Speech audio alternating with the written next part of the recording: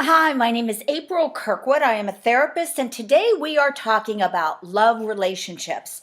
Why didn't he pick you and picked her? What did you do wrong? Was it your hair? Was it your lovemaking skills? He didn't like your feet? You tried everything. You learned how to cook. You learned how to dance. You sat with his lame friends. You went to all the sporting events. And then, lo and behold, his story is he's not ready to commit. And then he, boom, freaking flies off the handle, meets somebody, and you hear through the grapevine that he's getting married. You know, I've dedicated my whole life to figuring out love and romance, partially because I was such a failure at it. I seemed to pick all the wrong people at the wrong time. There were men who loved me and I just passed over them. There were men who didn't and I went after them, and it was a nightmare. So if you feel like me, I have 2 masters in counseling.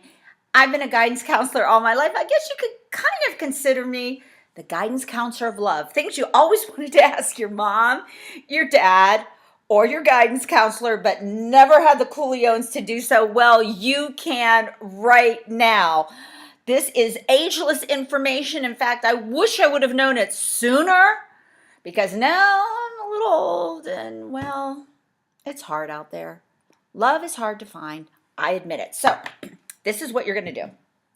Girls, you have to understand the psyche of men. And I don't even think men understand it. That's why they pick so many of the wrong women themselves. So men, this is for you too. Men are hunters. They like to hunt things, right? It's in their DNA. If they aren't hunting you, they're hunting someone else. Now you're like, oh, damn. Does that mean I got to play games with them? Does that mean I got to play like I'm not interested? No, because research shows if you are too hard to get, they move on to the next hunt. Okay, so the key here is they want to feel like they captured and picked little old you. Okay, that it was a task. It was something they chose. It wasn't like you were too easy or just there or hanging on their shoulder or their wing person. It gets boring, let's face it.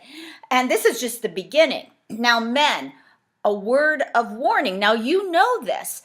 So a lot of you go out, catch the one that keeps you stimulated, on your toes, it's exciting, but then you marry them and you're miserable. It's because you picked them on the wrong criteria. What was your motivation? Just because it was exciting? It's not a very good motivation to make a lifetime commitment. Girls, your grandmas knew this, your great-grandmas knew this. Don't chase after a man. It's ridiculous. Great-great-grandma's husband always came home, maybe not at exactly the right time, but there was no divorce back then, and people made it work. But today, we don't know what we're doing, and we are failing miserably at love. This is your guidance counselor of love. Subscribe. You need to talk to me. Ask me questions. Subscribe.